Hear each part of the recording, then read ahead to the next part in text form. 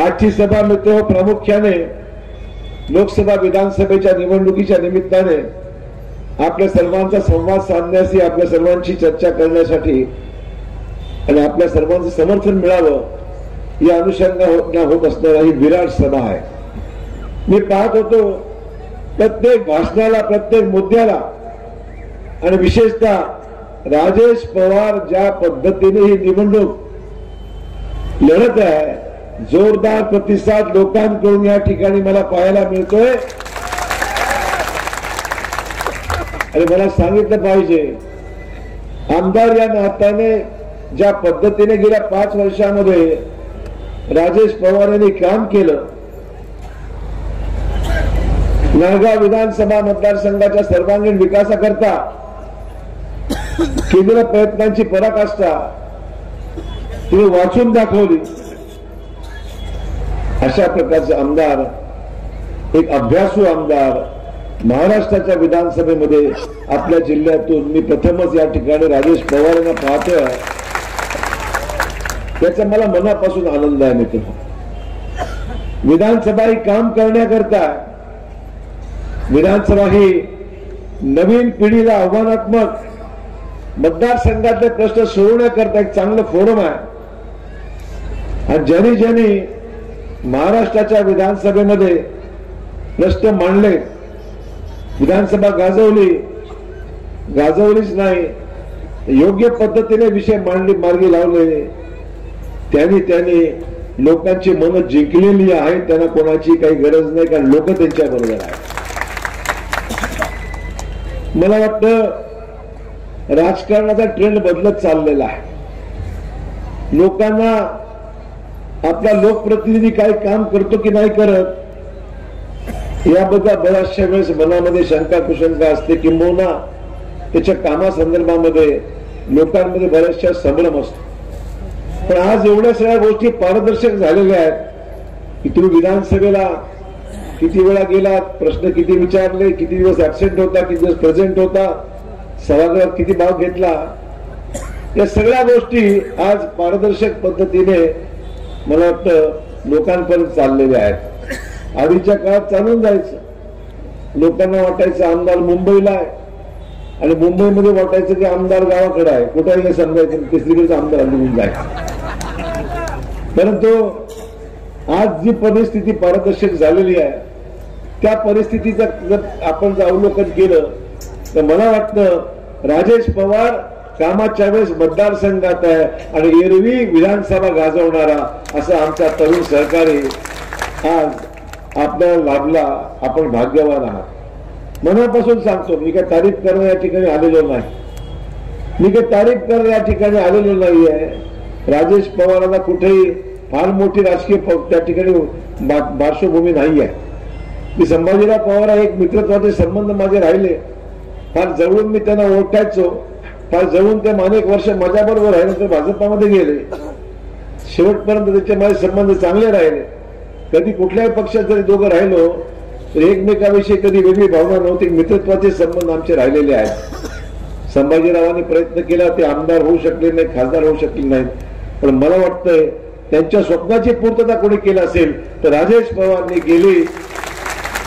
आणि राजेश पवार या मतदारसंघातून 2 वेळा लागोपाठ आमदार या नात्याने निवडून गेलेले आहेत। आणि म्हणून तुमचं प्रथम मी अभिनंदन करतो, या मतदारसंघातल्या लोकांचं मी अभिनंदन करतो। एक चांगला आमदार आपण निवडून दिला, काम करायला संधी दिली आपण, आणि या परिसरामध्ये विकासाचं वातावरण निर्माण करण्याचं काम राजेश पवार यांच्या माध्यमातून निश्चित निघतंय, याबद्दल आम्हाला शंका नाही आहे। आज कवडे गुरुजी व्यासपीठावर आहे, मला आनंद आहे। कवडे गुरुजी एक उद्योजक म्हणून उत्तम काम करत आहे।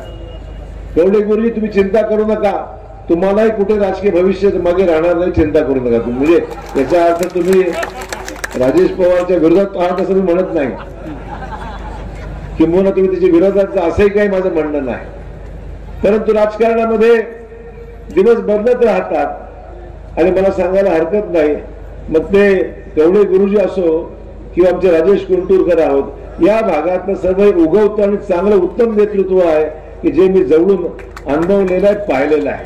गंगाधररावजी जी एक चांगले संबंध राहिले. गंगाधररावजी या क्षेत्रामध्ये, राजकीय क्षेत्रामध्ये जिल्हा परिषद त्यांनी गाजवली, खासदार झाले, आमदार झाले. बाबासाहेब गोरठेकरांचा सर्व काळ आम्ही जवळून पाहिलेला आहे. भाऊसाहेब गोरठेकर असतील, बापूसाहेब गोरठेकर असेल, 25-40 वर्षाचा प्रवास आम्ही सर्वांनी जवळून अनुभवलेला आहे. आणि त्यामुळे राजकारण कधी कसंही झालं असेल तरी व्यक्तिगत संबंध आमचे निश्चित चांगले राहिलेले आहेत. हे आवर्जून मला या लोकांना याचे सांगितलं पाहिजे. राजकारणाचा स्तर रोज बिघडत चालला आहे. राजकारणामध्ये व्यक्तिगत हेवेदावे जास्त वाढलेले आहेत. तर मला वाटतं लोकांना शिव्या देऊन टाळ्या मारण्या इतकं लोक आता पुढे राहिलेले नाहीत. लोकांना काम करणारा माणूस पाहिजे, मतदारसंघाचे प्रश्न सोडवणारा माणूस पाहिजे.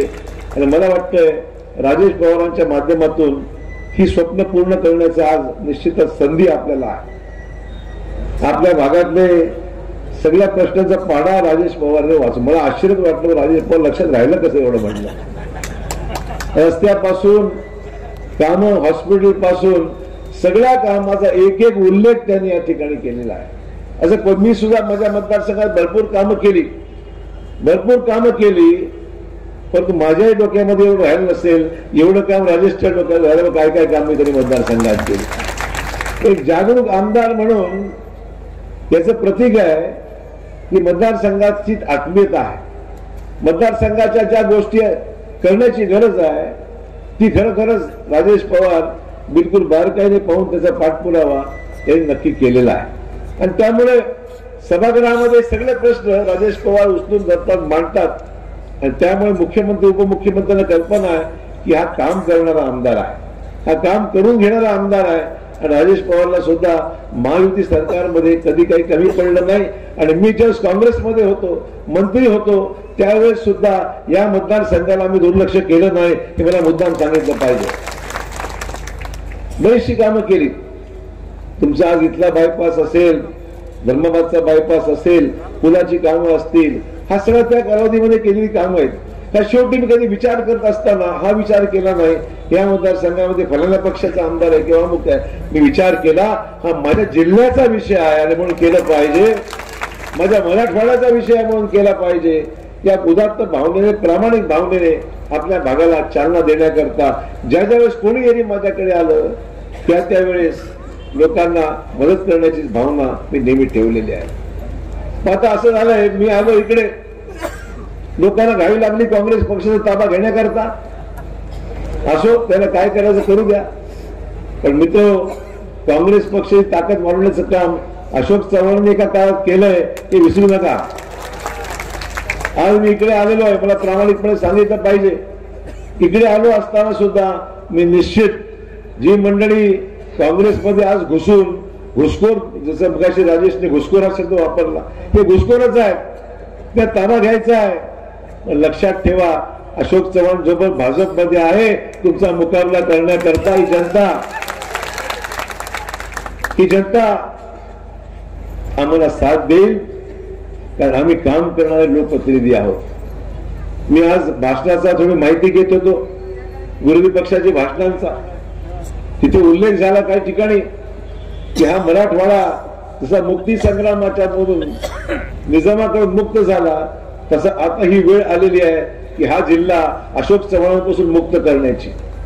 मला मित्रांना विचारायचं आहे, तुम्ही जन्मलाही नव्हता त्यावेळेस हैदराबाद मुक्ती संग्रामामध्ये आमच्या वडिलांनी भाग घेतला, स्वातंत्र्यसैनिक साहेबराव बापूंनी भाग घेतला, गोरठेकर साहेबांच्या सारखे ज्येष्ठ नेते या ठिकाणी होऊन गेले. हा त्यांचा अपमान नाही, स्वातंत्र्य सैनिकांचा अपमान करता. तुमची उंची एवढी नाहीये, आता कुठे दुधाचे दात आता कुठे पडले तुमचे, तुम्ही काय गोष्टी करता मुक्ती संग्रामाच्या बाबतीमध्ये. आज राजकीय क्षेत्रामध्ये आम्ही जे आहोत ते कोणाचे कृपेने नाही आहोत, राजकीय क्षेत्रामध्ये आहोत, जनतेचे काम करतो. कोणाचे कोण आहोत म्हणून जनता मोजत नाही. तुम्ही संभ्रमात राहू नका. फार दिवस तुम्ही ज्या पदावर आहात तुम्हाला वाटतं की फार दिवस तुमचं भविष्य आहे. मित्र, जोपर्यंत तुम्ही लोकांशी संपर्कात आहात तोपर्यंत लोक सुद्धा तुमच्याबरोबर राहतील. आणि तुम्ही जे आयटी मध्ये राहता त्या आयटी मध्ये राहत गेला तर लोक सुद्धा तुम्हाला सोडल्याशिवाय राहणार नाही, लक्षात ठेवा.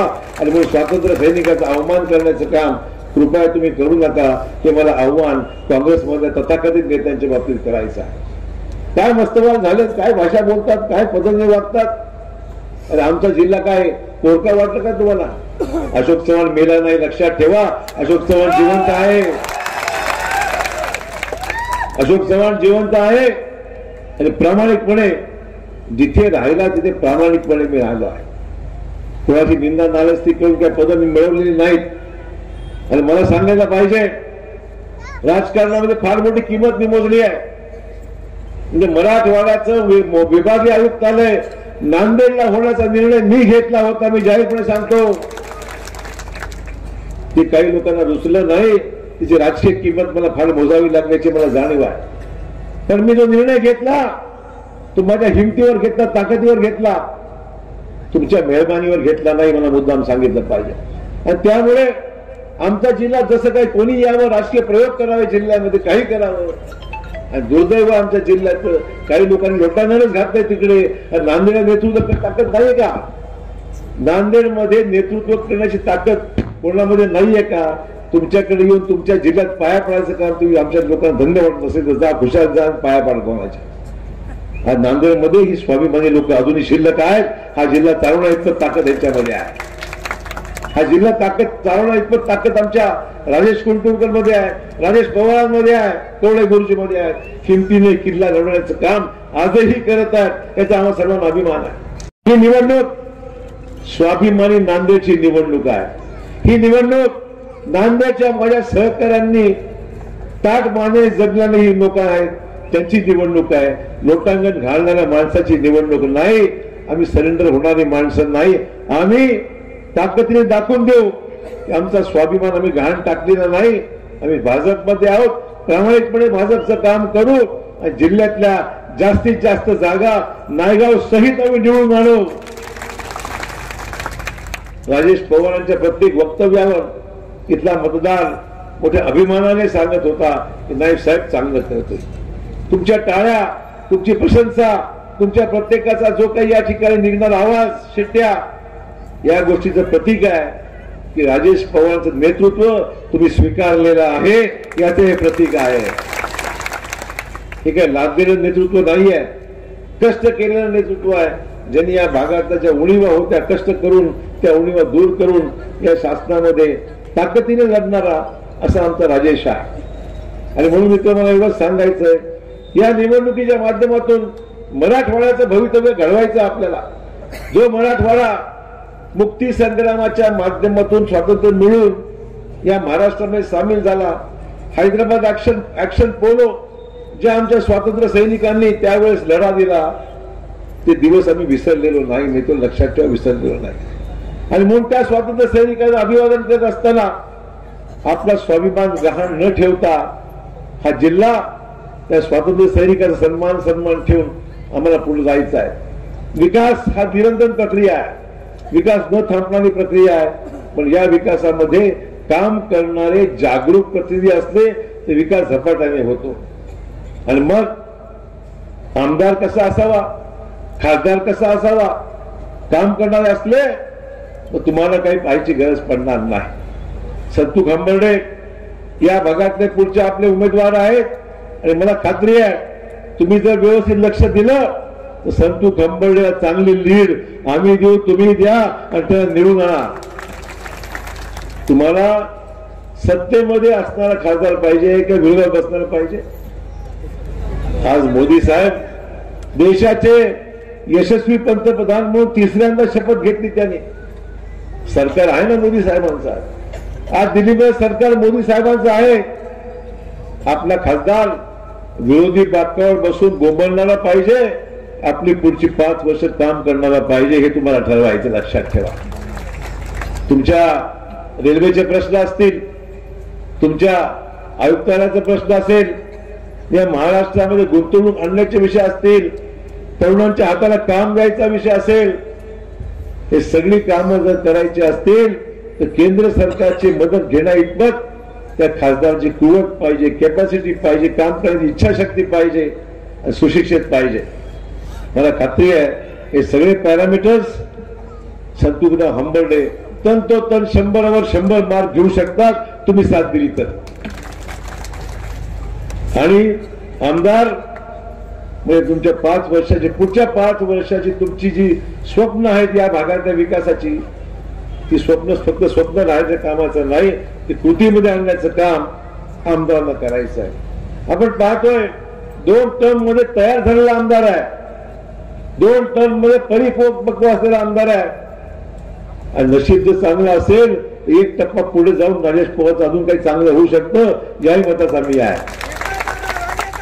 एक अनुभवी शिकलेला आणि तुमच्याकडे समरस राहून तुमचे काम करणारा कोणी आमदार असेल तर राजेश पवार आहे, मला मुद्दाम या ठिकाणी सांगितलं पाहिजे. त्यामुळे राजेशला पुढे न्यायला पाहिजे, राजेशला ताकद द्यायला पाहिजे. कोणतरी म्हणलं मला जर नायगावमध्ये साहेब लक्ष द्यायची गरज आहे, नायगावची परिस्थिती अशी आहे तशी आहे. अरे आज पाहिल्यानंतर अरे नायगाव तर जिंकलो, आपण चिंता करायचं कारण नाही. नायगाव जिंकलो आहे, नायगाव आपण जिंकलो आहे. आणि त्यामुळे तुम्हाला फक्त आता 5, 30, 20 तारखेला जाऊन फक्त बटन दाबायचं आहे, तुझं काहीच करायचं नाही. आणि एक विनंती आपल्याला, क्रॉसिंगच्या भानगडीत पडू नका. एक मत याला, एक मत त्याला, वाट लावाल सगळी, अजिबात करू नका. मला इथल्या वस्तीला तमाम माझ्या मतदारांना विनंती करायची आहे, या क्रॉसिंगच्या भानगडीत करा, सगळं भानगड होऊन बसेल. आमदाराचं मत खासदाराला, खासदाराचं मत आमदाराला, अशी काही भानगड करू नका. दोन्हीकडे कमळावरच बटन दाबा, हे तुम्हाला मला हात जोडून विनंती करायची. हा प्रयोग अनेक वेळा झाले आपल्याकडे. हा माझा सोयरा, तो माझा काका, हा माझा जावई, बस झाला, पुष्कळ झालं, काय करायचं. या भानगडीत पडू नका, नुकसान करून बसाल आणि नुकसान करून मग म्हणाल साहेब चूक झाली हो. म्हणजे एक मेडिकल टर्म मध्ये म्हण आहे, operation is successful, patient is dead. म्हणजे ऑपरेशन झालं, पेशंट मरून गेला, काय करतं त्याला. त्यामुळे कृपया हा खेळ खंडोबा करायची जागा नाहीये. ही गांभीर्याने घेण्याचं इलेक्शन आहे. आणि म्हणून तुम्ही जर इलेक्शन गांभीर्याने घेतलं तर मला खात्री आहे दोन्ही जागा जिल्ह्यामध्ये आपण चांगल्या मताधिक्याने 9चे 9 आमदार आणि 1 खासदार महायुतीचा आपण आणू शकतो. अशी परिस्थिती निश्चित आज जिल्ह्यामध्ये आहे. आज सगळे सर्वे सांगतात महायुती सरकार येणार. लाडक्या बहिणी तयारच आहेत. लाडक्या बहिणींना पैसे मिळतात 1500 रुपये महिन्याला. काही दिवसानंतर सरकार आल्यानंतर 2100 रुपये शिंदे साहेबांनी आधी जाहीर करून टाकले. शेतकऱ्यांना 0 बिल येते. आता 7.5 हॉर्स पॉवरला बिल पैसे लागत नाही. आता मुफ्त बिजली सुरू होत आहे. 3 सिलेंडर मिळत आहेत. शेतकरी आज मोदी साहेबांनी शेतकरी सन्मान योजना जाहीर करताना हे सांगितलं की सोयाबीनचा आधारभूत किंमत 6000 रुपये घेण्याचं आज मान्य केलंय. मला कळलं असेल. आधारभूत किंमत 6000 रुपये आम्ही घेऊ. आणि फक्त घोषणा नाही, खरीद सेंटर सुद्धा सुरू करून जास्तीत जास्त भाव सोयाबीनला आम्ही देऊ, हे मोदी साहेबांनी आजच्या प्रेसमध्ये सांगितलं. त्यामुळे हे सरकार लोकांच्या संवेदना समजणारं सरकार आहे. हे सरकार तुमचं सरकार आहे. या सरकारची तिजोरी म्हणजे तुमच्यासाठी खुली आहे मित्र हो.